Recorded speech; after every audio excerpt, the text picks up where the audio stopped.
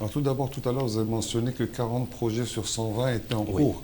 Je me permets de m'inscrire en faux. Je pense que c'est beaucoup plus. Je crois qu'il y a une dizaine de projets pas de projets, mais d'accords qui n'ont pas pu être suivis d'effets effectifs parce qu'il y a des contraintes matérielles ou objectives qui font qu'on ne peut pas les réaliser dans l'immédiat. En tout cas, on est encore en train d'y réaliser. Mais l'ensemble des signatures de contrats ou d'accords entre les privés ou même les publics, les institutions publiques sont suivies des faits et sont suivies par le ministère des Affaires et de la Coopération africaine, qui est chapeauté par M. le ministre délégué, M. El Jazouli. Et il y a une équipe dédiée au suivi de ces accords. Donc nous suivons précisément accord par accord.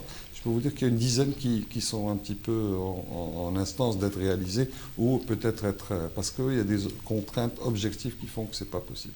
Mais en tout cas, la plupart des accords sont suivis des faits, ils sont en cours de réalisation, certains sont terminés, donc on n'en parle plus parce que c'est tout à fait terminé. D'autres ont été reportés pour des raisons qu'on comprend tout à fait, pour des raisons comme objectif, comme je l'ai dit.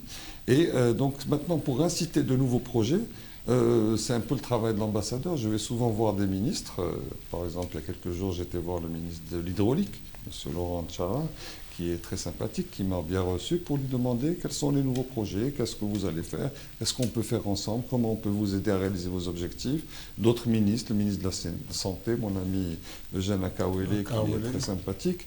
Et donc, on travaille régulièrement avec l'ensemble des ministères pour savoir qu'est-ce qu'on peut faire ensemble, qu'est-ce qu'on peut développer et comment aussi pouvons-nous aider ces ministères, par exemple ma chère amie Maria Tokone, ministre de la Solidarité, etc.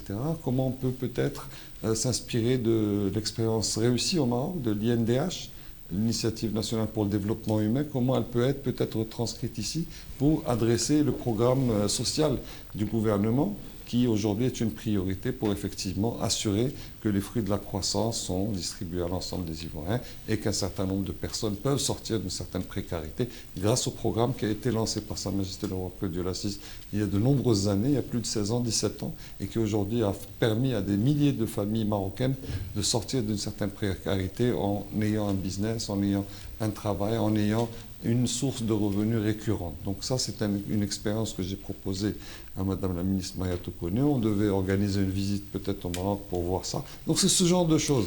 Donc c'est une question de dynamisme diplomatico-économique, on va dire, qui permet effectivement de trouver des voies de progression dans ce domaine. Et bien sûr, nous sommes toujours à l'écoute de toutes les propositions et toutes les suggestions qui pourraient nous être faites dans la mesure du possible par nos amis et frères ivoiriens.